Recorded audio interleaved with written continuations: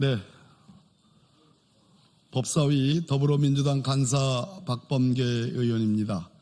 제 왼쪽으로 박희승 의원님, 고맙습니다.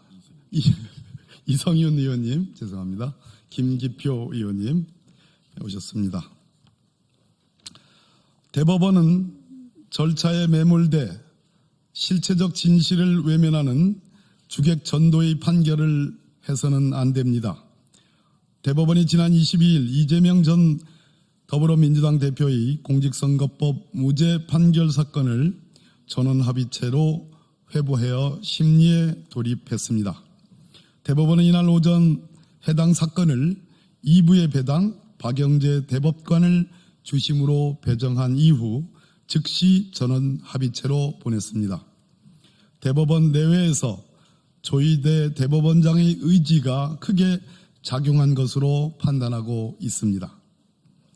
대법원은 헌법 제101조에 근거하는 대한민국의 최고 법원으로서 기본권 보장의 최후 보루임을 믿어 의심치 않습니다. 그러나 이번 전격적인 전원합의체 회부 결정은 지극히 빠르게 이루어진 것으로 국민으로 하여금 많은 의문을 자아내고 있습니다. 대법원 법원행정처는 지난해 9월 말 선거법 재판기한 준수를 의미하는 소위 633 조항을 지켜달라고 전국 법원에 권고한 바 있습니다. 이 역시 조 대법원장의 평소 지론이 반영된 것으로 보입니다. 재판기간 준수를 통한 신속한 재판은 존중되어야 할 원칙이지만 그 자체가 목적일 수는 없습니다.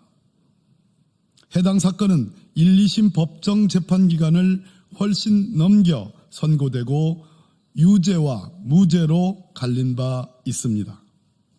대법원 재판부는 선 소부, 후 전합체 심리 판결이 기본입니다.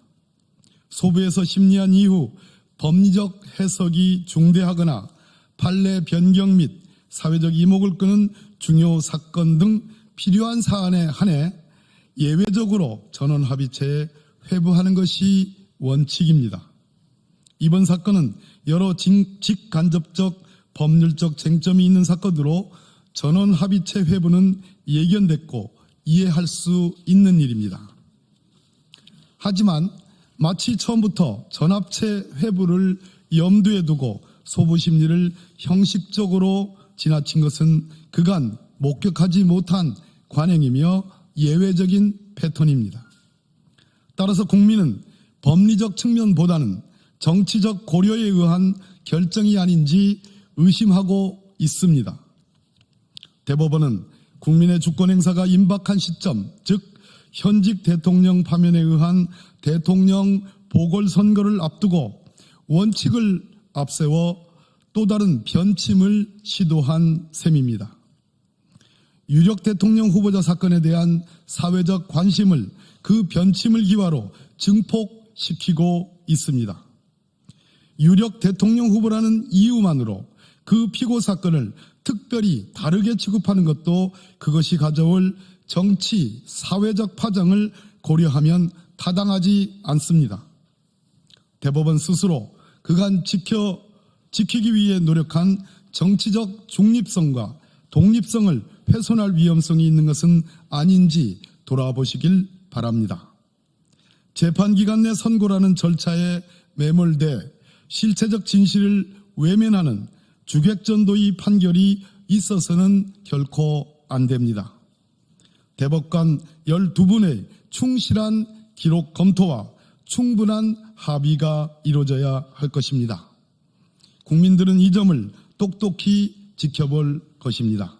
2025년 4월 23일 국회 법제사법위원회 더불어민주당 조국혁신당 위원 일동입니다. 네, 고맙습니다.